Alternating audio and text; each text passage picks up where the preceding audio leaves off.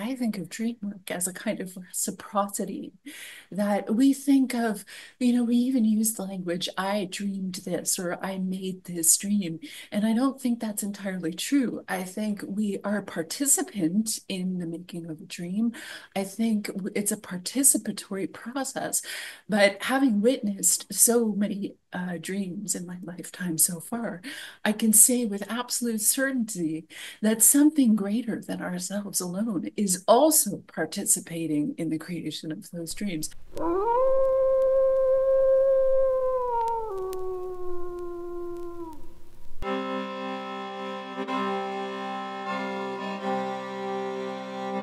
Toko-pa Turner, thanks so much for joining me on the podcast. Yeah, so happy to be here with you. Thanks for the invitation. Thank you for accepting it. I feel like I'm a little late to the party. You've released your second book, but I realized that it came out in September, and I just found out about it, and it's called The Dreaming Way. So of course my ears perked up. I'm always been very interested in dreams, and I work with dreams actively for myself and with clients. And so another dream book on the scene. I'm like, let me check it out. And I got to tell you, I'm not finished reading it yet, but already it's one of those books I'm finding that, I start to highlight something that's really jumping out at me, that's speaking to me, that's capturing something in such a beautiful, succinct way. And it's one of those books where like the whole thing is getting highlighted.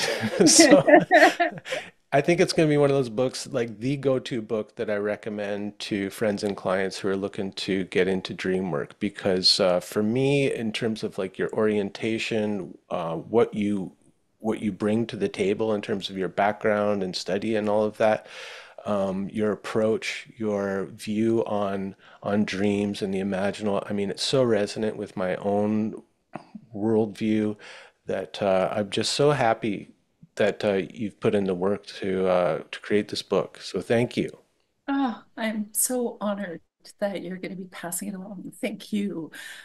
It was a real labor of love, and I really just, a lot of people would come to me and ask me if I would offer some sort of dream worker certification program. And I never really felt like I wanted to start a school. It's not really where I want to spend my energy because I'm a writer.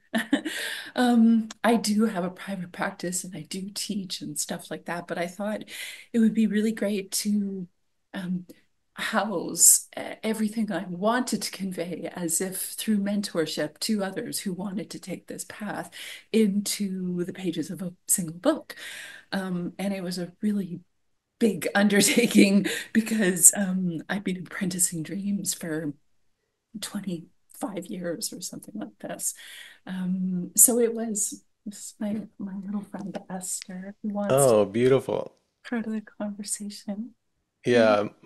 Yeah, my little dog Suki has been known to make appearances on the podcast too, so animals are totally welcome. Okay. Well, I was just going to say that it was an unexpectedly challenging undertaking. And so I really took my time with it. It took about somewhere between 3 and 4 years to write. And I'm just so glad that it resonated with you. Oh, totally.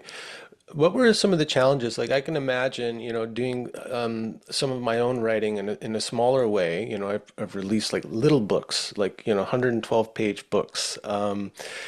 But whenever I'm trying to convey something having to do with spiritual life, psychological life, any of that, the first challenge I come to is like how much kind of groundwork do I have to lay out here in order so that someone has enough background to engage with the ideas. But you've done that in, I think, such a kind of elegant way in this book. And it may be because, I have a lot of the same viewpoints and a lot of the same reference points.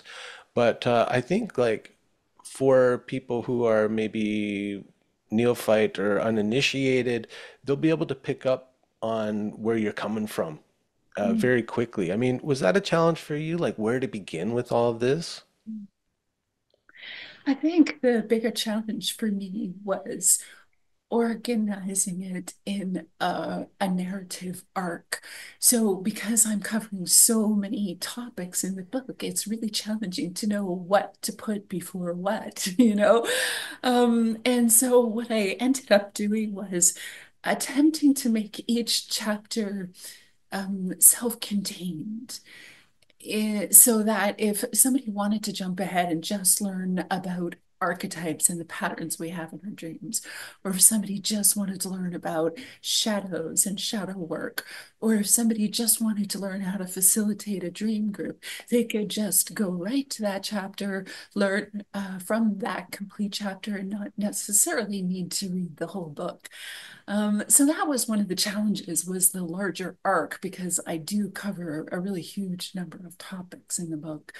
Um, the other thing is, I would say more challenging even than that, was that I really wanted this book to be a kind of reclamation of dreaming from the domain of psychology itself for everyday people, because my goal has always been in this work to be one of the many people who are bringing dreaming back to everyday life. And so so in that way, I felt like there was quite a bit of sort of debunking that I felt I needed to do to pull back from this idea that we've made a lot of assumptions about dreams. One of them being that dreams occur inside our brains, and that they're housed, that somehow our brains are separate from our bodies and somehow separate from the earth. And this is sort of a rationalistic approach to dreams, I think, is the one that a lot of us are most familiar with. Hmm. So pulling all of that apart to come into what I would call an animistic approach to dream work required a lot of decoupling of dream work from psychology, and then initiating the reader into some different ideas about how to think of dreaming really as coming from a larger intelligence than our own brains, that our brains are just in active, receptivity to dreams, and they are certainly engaged. Our bodies are engaged in dreaming, but that there is a larger intelligence behind that. And I try to name that and map its contours. So that part was very Hmm. challenging. And I was working at the edges of my own capacity with that. Hmm. Yeah, there's something that I've struggled with too is like this ontological shift, this reclamation of the imaginal of dreams as real, valid, meaningful as this waking daytime reality. And that's a hard one. Like, how do you get someone to like open up to this other way of being, of seeing? So you talk about some of the different traditions and how they think about this other world, the imaginal realm, the mundus imaginalis of Henri Corbin, the alam al mital of the Sufi tradition, the the dream time, and I mean, it's like a lot of these cultures that's just another kind of dimension of reality. And I always thought that the Alam Mital, this kind of where the imaginal is like an intermediary between the material reality and the spiritual reality, that always feels the most correct to me, or the most in line with my own experience. And I mean, is that where, because you have a background of growing up in a Sufi commune, right? So is Yes, that like what feels most at home for you? Is that idea? it is, yes, because I think of the imaginal realm, the place where we dream, where dreams take place, we could say, Hmm. um, as an intermediary realm. and it's a place of exchange. And the reason why I love that framework is because I think of dream work as a kind of reciprocity that we think of, we even use the language, I dreamed this or I made this dream. And I don't think that's entirely true. I think we are a participant in the making of a dream. I think it's a participatory process. But having witnessed so many dreams in my lifetime so far, I can say with absolute certainty that something greater than ourselves alone is also participating in the creation of those dreams. There's something that knows better than we do, which is the way to go. And we could say that's true of all of nature. I mean, it's not so fantastical an idea because you could literally look at any element of nature and see how something something is pulling it into its greatest potential. And the same is true for us, I think, both biologically and at the level of psyche as well. So, this idea of an intermediary realm between the phenomenal world and the world of the divine, that makes sense because it is an exchange, a place of exchange. And of course, all these things are just metaphors, right? Mm. Because we just do our best to grapple with language. Another great challenge of writing this book was just trying to give form to these ephemeral conversations and ideas. But I do think my broader definition of dream work is that it is a practice of reciprocity between the seen and the unseen worlds. Mm. Unseen only when our eyes are open, right? Because Yeah. when we sleep, that's what we're seeing. And this world, we shut out our awareness of this world that me and you are speaking from. We're within right now. Um, do you think, okay, so this is something that I've been trying to kind of work out for myself over the past number of years, having a deep background in yoga practice and plant medicines, and then a lifelong dream life that is just so alive and vibrant. But the way I've come to think about it is any of those experiences, like the kind of mystical plant experiences, like the visionaries experience, dream, the realm of imagination that I go into when I go into a trance, through drumming or something like that. I see that as I'm visiting the same place, actually. What do you think? Do you separate out those different realms, or do you think it's all one and the same? I do think that it's possible, even while with our eyes open in the phenomenal world, to still be in touch with dreaming. And of course, I think it takes a great amount of time to practice this sort of second attention, the shamanic awareness, I guess you could call it. And certainly we have tools like drumming and plant medicine and meditation and other forms of physical movement that can help us access that realm. But I think the difference is that we're bringing some level of conscious awareness into those spaces. And so when we're dreaming, I would say it's the unadulterated material of the imaginal world. Unless, of course, we've become lucid in the dream in Mm. which we are bringing some level of consciousness. So no, I don't see it as a black and white. It's either you're awake or you're dreaming. I see both in both. And the practice, of course, would be to try to become more present and awake in both realms in order to live in such a way that you're able to shift between those two attentions Hmm. or possibly even straddle them. Yeah, yeah. There's something in what you're saying that I'm getting the sense that maybe there's like different levels of immersion in the other world, and what kind of intentionality or will that we bring to it. That's one of my problems with lucid dreaming. It's like, well, you're bringing kind of like day world ego into the dream world and trying to make things happen because it's like fun or entertaining. And I think that's fine. but to use your experience of the dream in a way that's serving the conscious ego, I think is for me bringing the kind of wrong attitude to it. Yeah, I feel similarly, though I have had some amazing lucid dreams in which I am able to decenter the ego perspective and instead just be present to the unfolding world inside the dream. And things still spontaneously approach me and still spontaneously happen without my conscious willing of them to do so. And my intent is just to remain as present as possible in that sensual environment as I can. It doesn't happen very often, but I've had some of the most remarkable dreams of my life in that way. Mm, mm.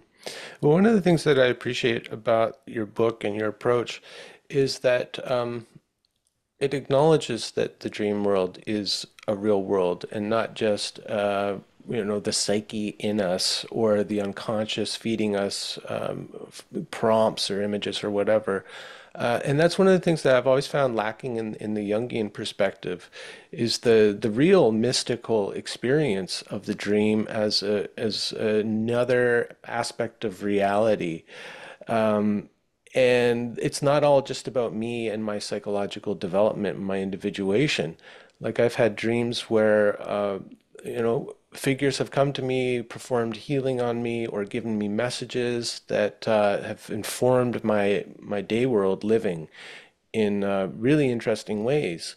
And to reduce that to some aspect of my personality just seems to me to be like disrespectful and a disservice to the figures, the entities, the experience.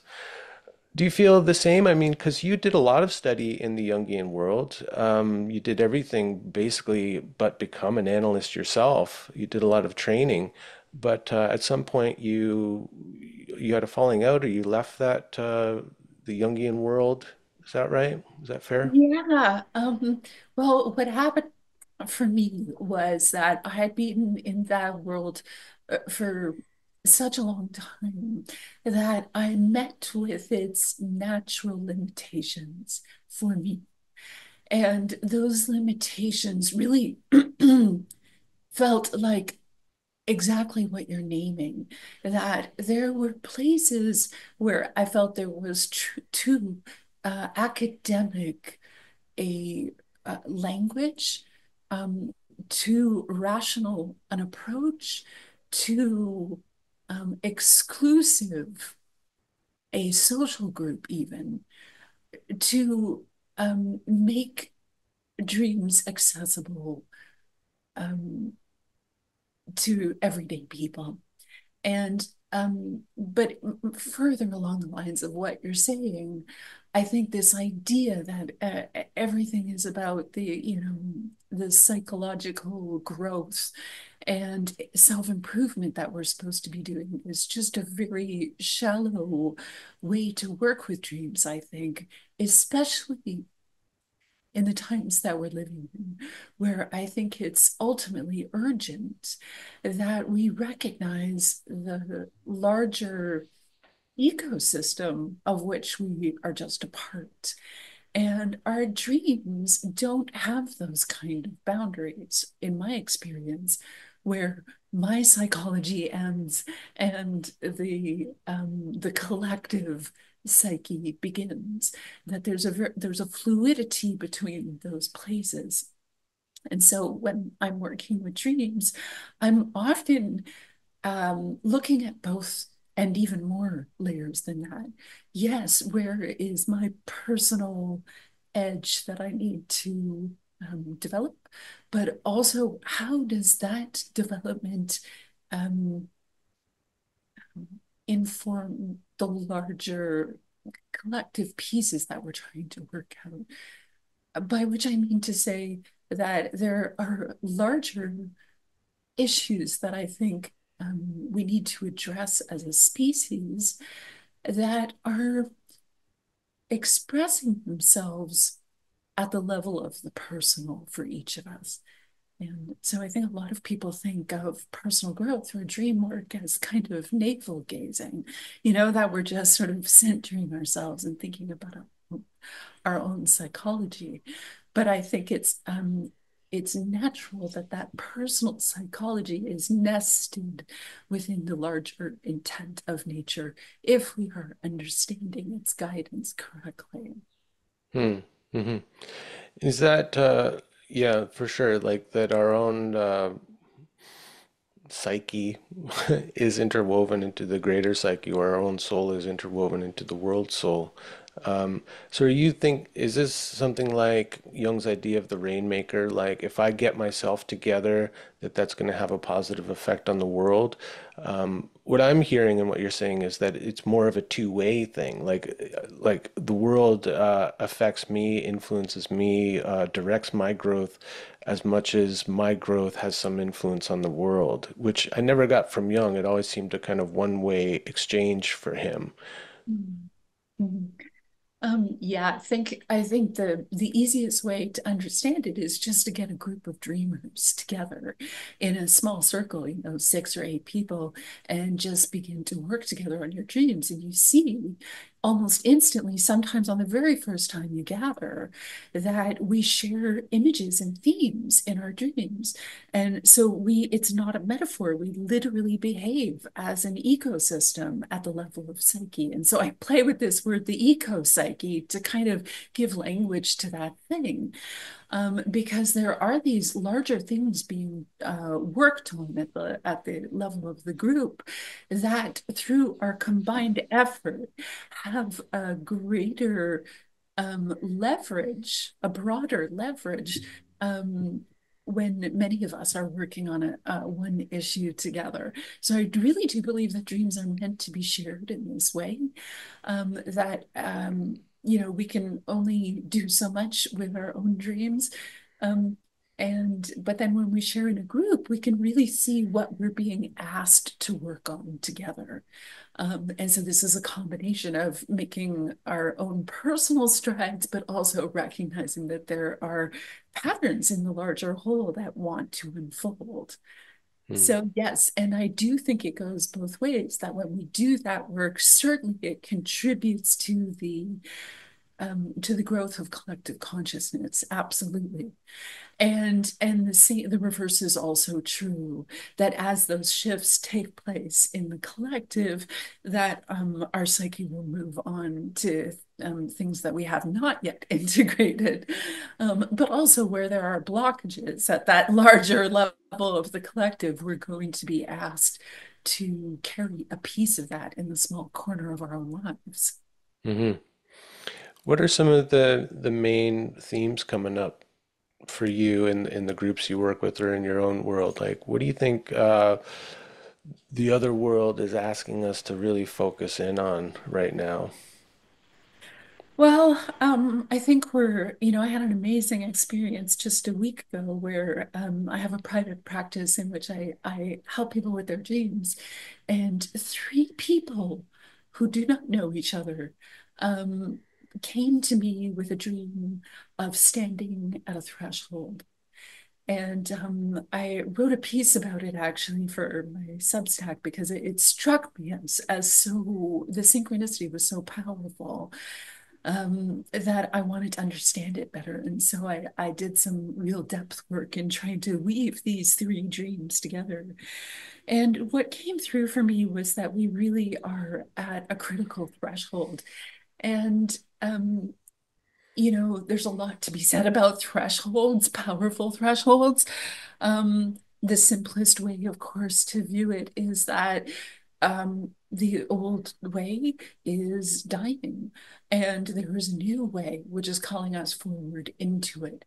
And yet, there's a lot of fear that comes up in stepping into a new way. Um, there is, as well as a feeling of potential liberation, there's also a sense of terror, because what if we won't be able to swim? What if we won't be able to fly? What if we won't be able to, whatever our threshold may look like, take that step and survive? And so it was fascinating to me that these three people all on the same day had this message that came through. And so I started looking at the anatomy of the threshold and the different feelings that can come up around not being ready, about what comes up in that not readiness. And but especially I focused on the rearing up of the shadow in those moments, because when there is a change that is at hand, the old guard becomes profoundly threatened by that change, and it rears up in an exaggerated way because it feels threatened. But for us, our experience of that is absolutely terrifying because it looks like it will consume us. And the the challenge of that moment is to keep stepping forward into the new way, and to defy that shadow. And I mean this not in an external way necessarily. I mean this at a very internal way. And this is the Mhm. piece that I think sometimes people misapprehend, because they think, well, I should, be outraged and take some kind of extreme action in the world. But I mean it at the most intimate level of what is it about my life that I am terrified of doing, of saying out loud, of stepping into? What is that very close in step that I'm afraid to take in this moment? And that's Mm. the question we really need to be asking ourselves, I think, in these times. Mm. Yeah, when I think about collapse and I'm reading people who are talking about, the great emergency that is unfolding, these incredible changes that are happening right now. And I think a lot of that has to do with the generational kind of changeover. There's going to be like the greatest transfer of wealth in history, when the boomers are gone. And I think a lot of land ownership is going to have to transfer. And there's so many changes that we know we must take if we're going to thrive as a society, and that would include things like universal health care and maybe a universal basic income and all of that. Huge changes that are going to require a real significant restructuring of the way our society works. And so there's something like obviously very scary about that because it would be the great unknown and a lot of change. But I gotta tell you, I feel both as excited for that and that kind of new adventure, while understanding, I don't have some kind of utopic vision in my head that it's all going to be kumbaya and potlucks and all of that. Like, there's going to be a lot of struggle, and we're kind of unpracticed at living as a village and things like that, right? And so I know it's going to be difficult, but I'm also like feel deeply grateful to be alive at this time, like that old Chinese curse slash blessing of like, may you live in interesting times. Like, get ready. Uh, yeah, there's something that I feel like as kind of uncertain about that. A lot of excitement for what could happen. That's wonderful. We need more of that right now, because I think a lot of people are getting into the fear and the anger and the uh, yeah, just the anxieties of these times. So it's really refreshing to hear that perspective. But I think, the piece that I always want to emphasize is about those internal tyrannies. You know, we project so much onto the outside world and we imagine, you know, these demons and tyrannical forces on the outside, and maybe they are that as well. But they only exist because we have internally allowed those kinds of power structures to continue to exist in psyche.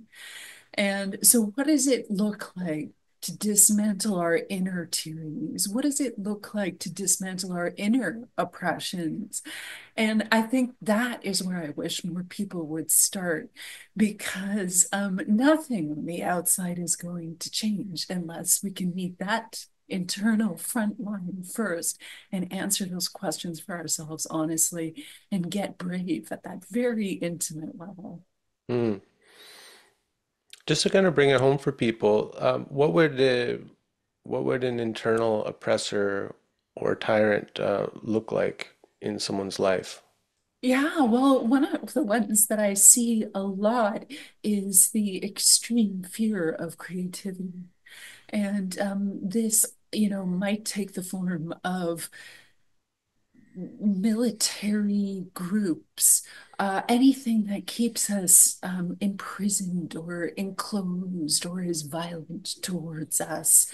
Those kinds of images that we get in our dreams that look like intimidating authorities or people with more power than us. Mm-hmm. So this would be some sort of these are just variants of an image of what it looks like to be experiencing an inner oppression or inner tyranny.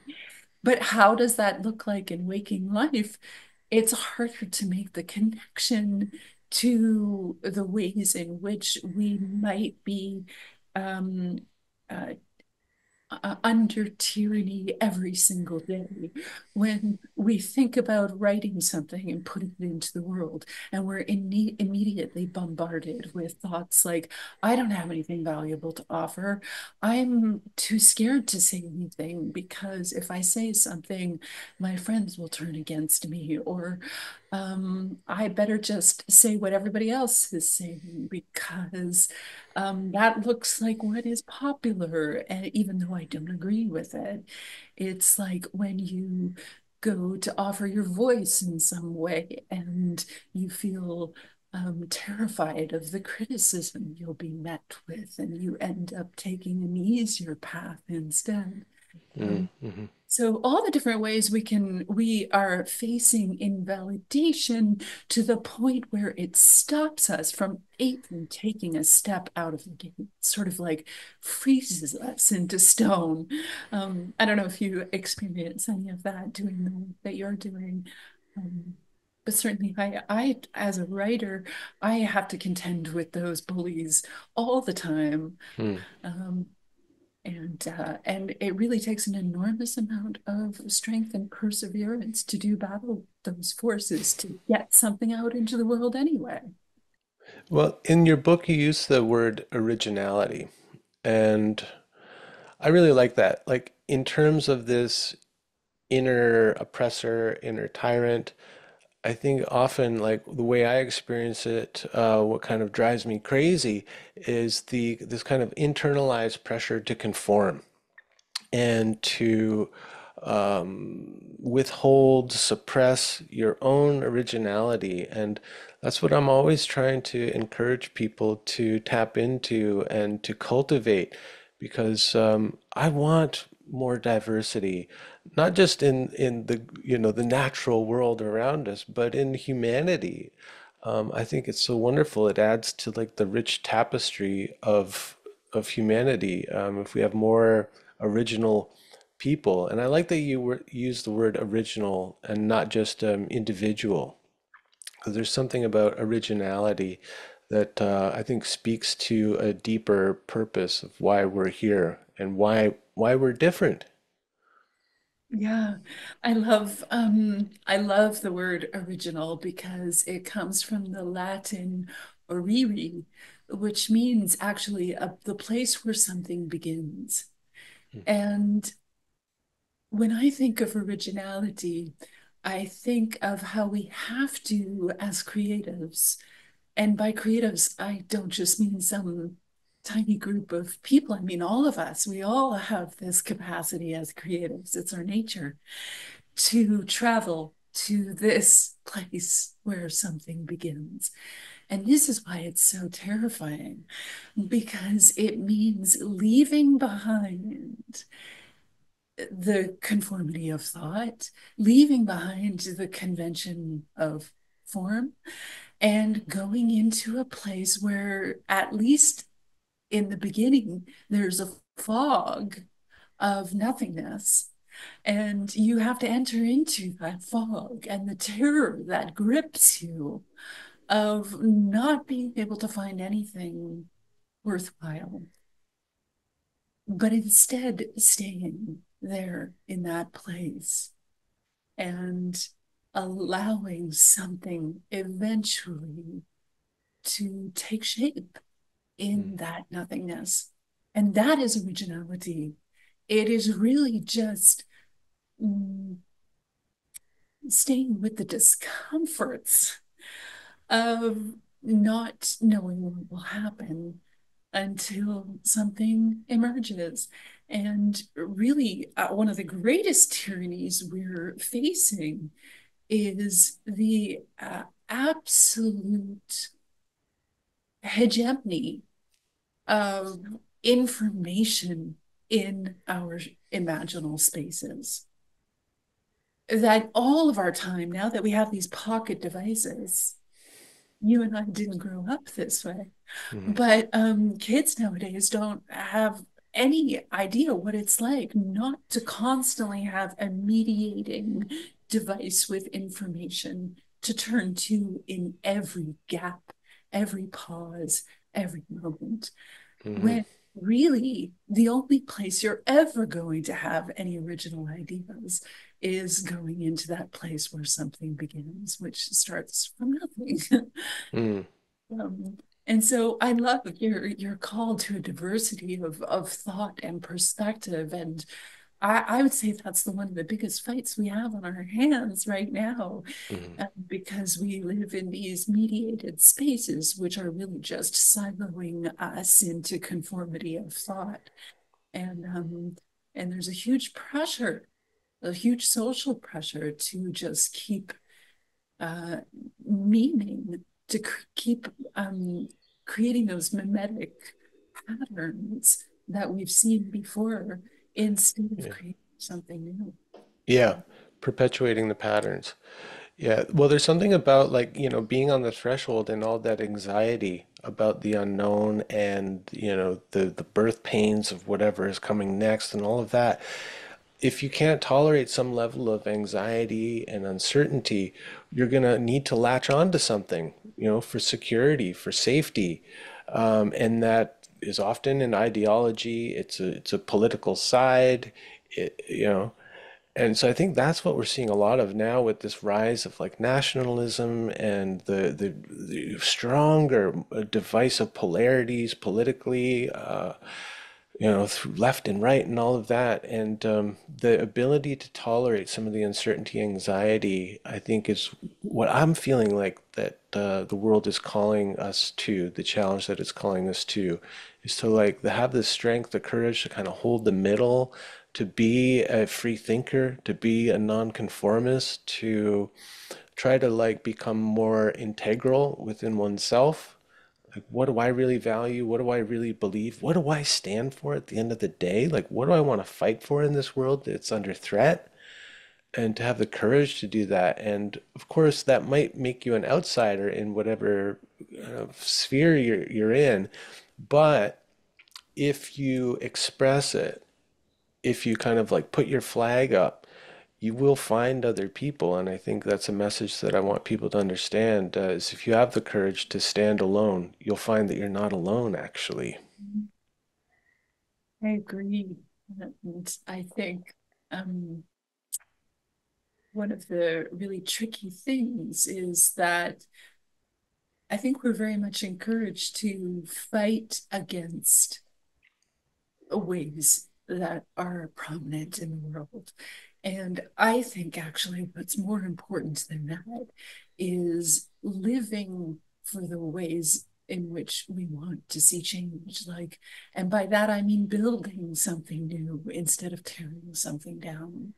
And so it's tricky, because there's a real distinction between fighting against and creating.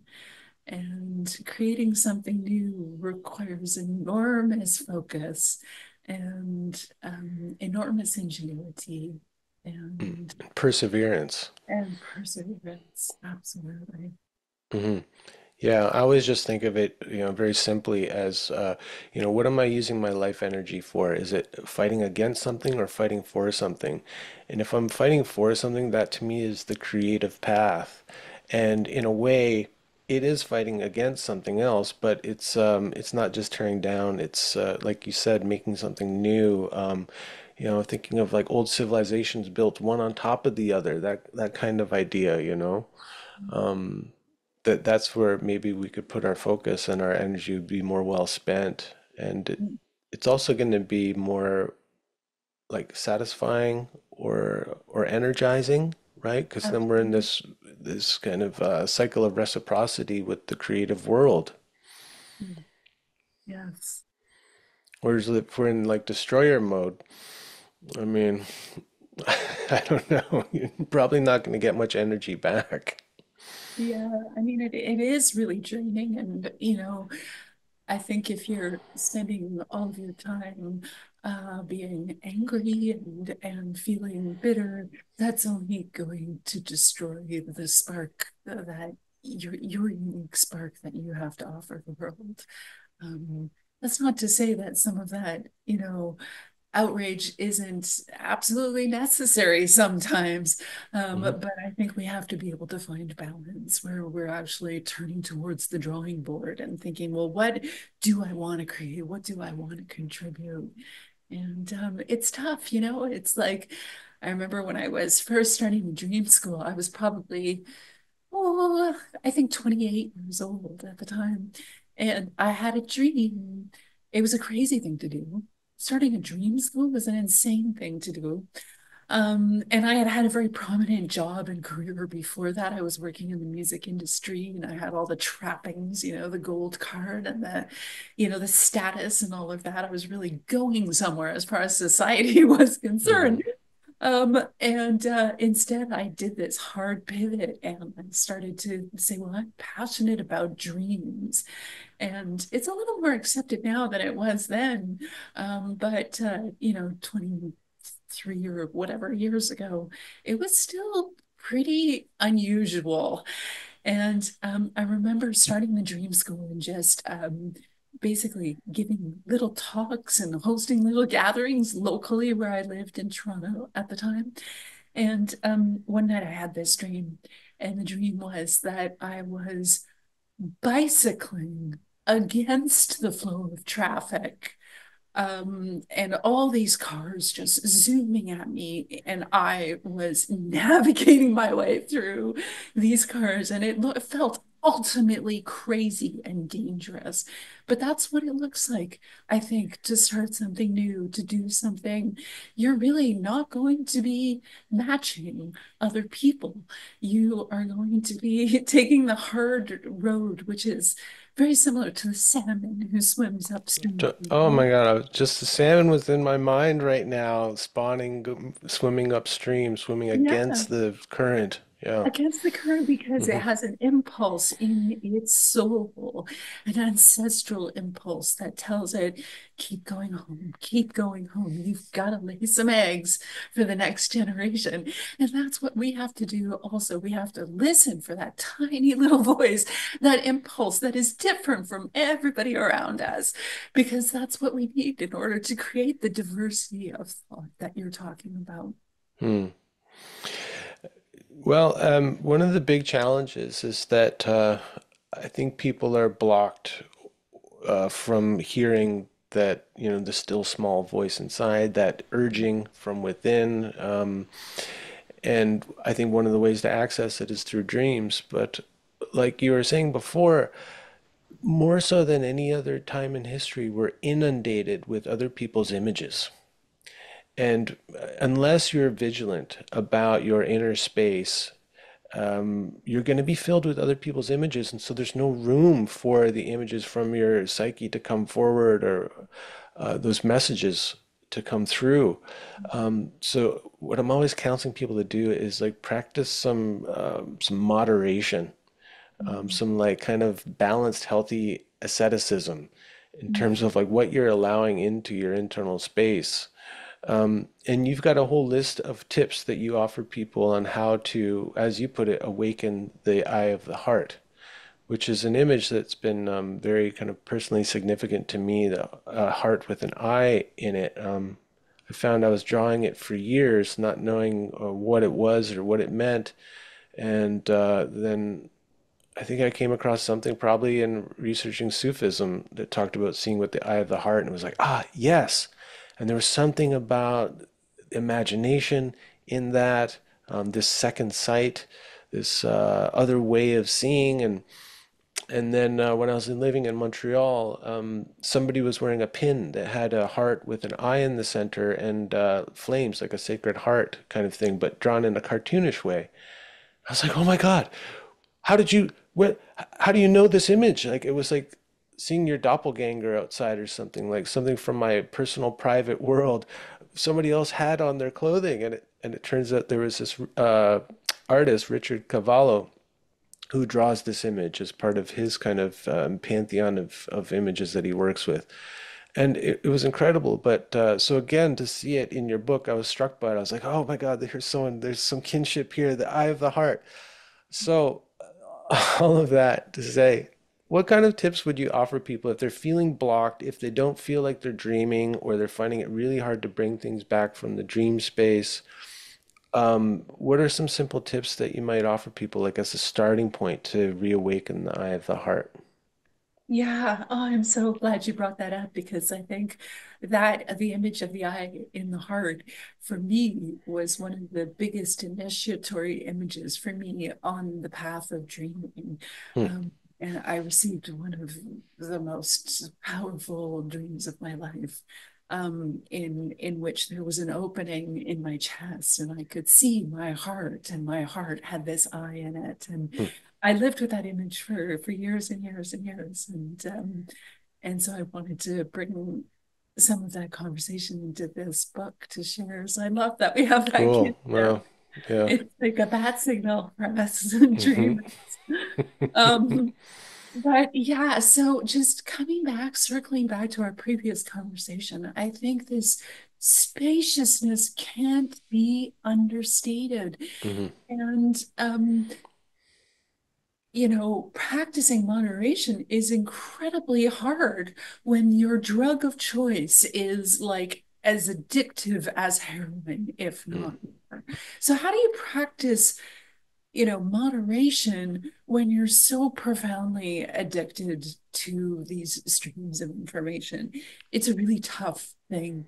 And I really think we do have to start treating our, especially portable screens, but all screens and usage of the internet as dangerous, dangerous to uh, our health on every level. And so, I mean, you can do a digital detox to start with and maybe just practice. What is it like to go without a week of using my device, even say before 3 p.m.? Just try that. Do it for a week and then see how it changes everything. And then maybe try bigger goals than that. But it really is like pruning a garden. Like you said, the constant flow of not just images, but slogans and Hmm. ideologies and thoughts that belong to other people. Of course, when we take all of that on board, we have to process it internally. And so our dreams will be filled up with processing other people's information. I call it Hmm. OPI, other people's information. But if you want your own information, you have to start with a spaciousness. And then in terms of remembering your dreams, I wrote a whole chapter in the book called Forgetting and Remembering, because I actually believe that forgetting our dreams is a choice. People say, well, I don't remember my dreams as if it just happened to them. And I like to remind them that it's a choice. It's a passive choice, but it's a choice nonetheless. That actually remembering our dreams is just a practice. And when you even have just a fragment of a dream, if you tend to that dream, which is to say, if you write it down and you become curious about it, um, that in and of itself is going to bring more dreams the next day, more dreams the day after that, and so on and so forth. You'll get Mhm. more fruitful dreams when you tend to them. And that's just the way it works. And if you start inundating your imaginal space during the day with news feeds and social media and stuff you're reading online, naturally it's going to make your dreams more chaotic, um, and Fearful. fearful and full of anxiety and all the things you're having to work out, um, Hmm. as a result of having taken on other people's information. So, yeah, remembering your dreams, that's a big one, writing them down, giving yourself space. But also, one thing you can do is just read a book about dreams. It doesn't have to be my book, it can be any book that is just focused on the subject. And just using a physical book and focusing on dreams is naturally going to bring your dreams on stronger.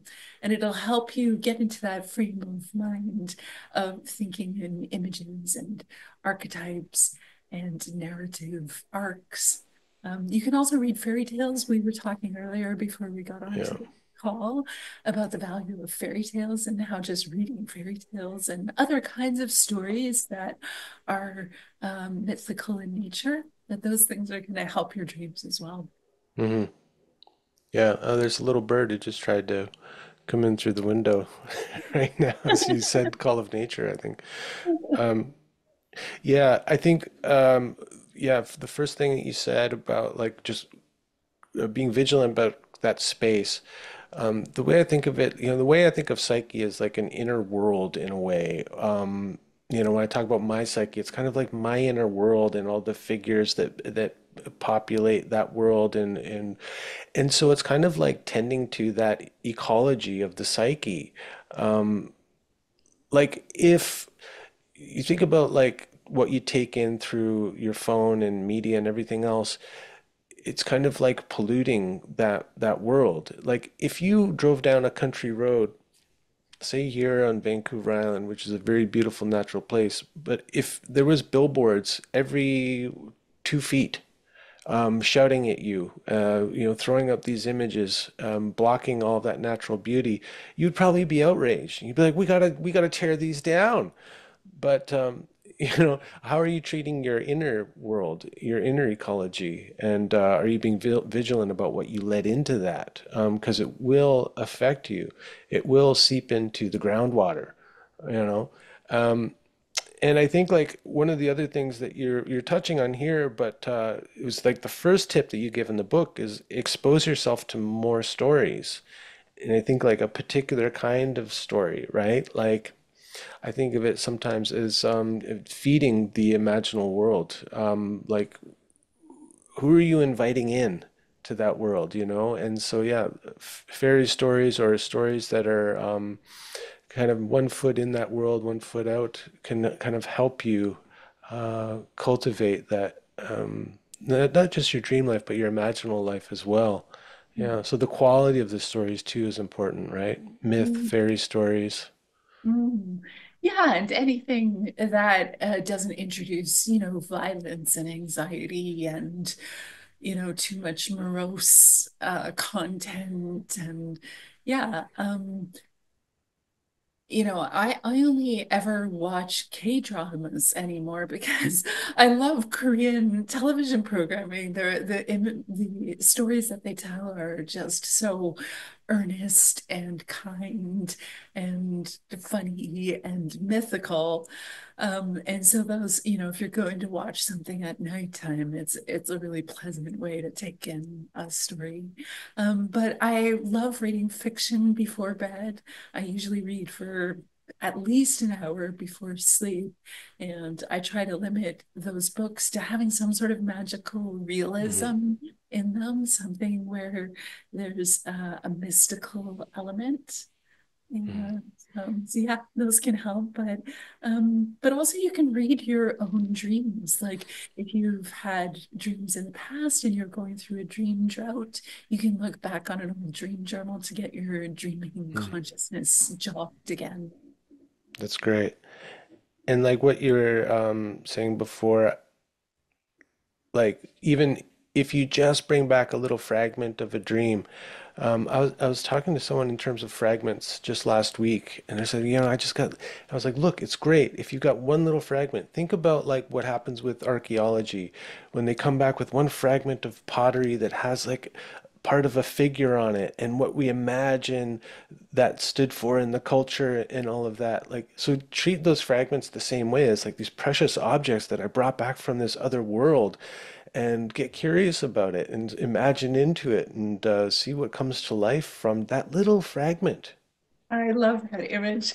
I know you haven't finished the book yet, but I have a chapter towards the end which talks a lot about fractals because fragments of dreams are a lot like fractals in the sense that in that tiny fragment, so much is contained, very similar to what you're saying about archaeology, like a whole civilization Hmm. can be attached to one fragment.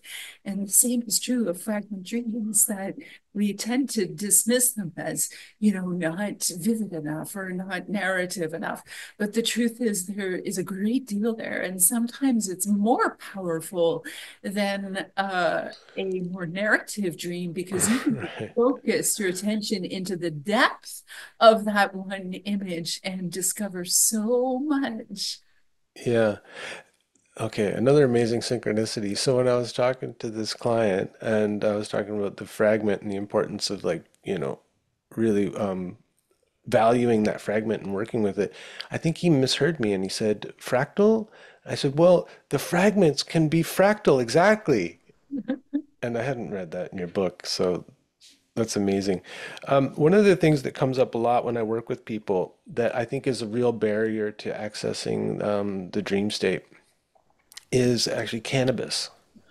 And I find that if people knock off the cannabis, their dream world really opens up, and it's almost like it's been blocked for a long time, and so they get flooded with meaningful dreams in the weeks after stopping cannabis. And when I've worked with medicine people in South America at ayahuasca retreats, for instance, a lot of times people coming down to visit them, they say they have to spend first days, first ceremonies, just cleaning all of the sticky residue from cannabis use off these people's like energetic, astral bodies, so that they can open up to the other visions. And so that's something that I've found. I mean, does that ever come up in your practice? Do you ever talk about that, the use of cannabis? I have found that it can go both ways, actually, that people have very vivid dreams while using cannabis also. So I think it probably just Hmm. depends on the person and how chronic they are. Um, Right. Yeah. but, I just really advocate for, the cleanest living possible, if that suits you, because I mean, dreams are just so extraordinary in and of themselves. I would never want to interfere with them, or I should say, I never liked to interfere with them by bringing other substances on board. It took me a very long time to even want to try ayahuasca because I was like, well, what's the point? Because I have these amazing dreams and it's hard to give them up for anything else. Um, but I did end up trying ayahuasca and it was incredible. And I'm so glad I did that. But I haven't done it since. I only did it once. I'm still Mm. unpacking what I learned there. Yeah, in the way I've come to view ayahuasca, actually, or, and it could apply to other things as well, but I think particularly ayahuasca and talking about imagination, creativity, and dream world, as I see it can be really helpful if you've been blocked and cut off from that for a long time. Because I think that's what it opens most people up to. And so I see it as initiatory or rehabilitative in a way. And once you're reopened to that world, you don't need it anymore because every night you go on a psychedelic journey. And it's a matter of your quality of attention and your practice and in bringing something back to work with that makes all the difference. Yeah, and that's one of the tricky things that I see that, I know there are lots of different kinds of communities, but I've seen much fallout from those journeys in the sense that people receive these visions and don't know what to do with them. There isn't any integrative process to, okay, how do I integrate the visions that I received? And so people will go back for more as if they have these questions that are unanswered, and doing more will answer those questions. But it ends up in a lot of psychic fragmentation. So I hope that the field is changing, the plant medicine field is changing so that there are support systems to help people even just understand and interpret and integrate the visions that they are receiving. Hmm. Well, one of my ways in trying to help out with that is to really work to bring imaginal work and dream work more into the conversation, and to talk about psychedelics in terms of being like an initiatory, because I think that's like really what people are seeking too. They're looking for that experience of the numinous of the other world.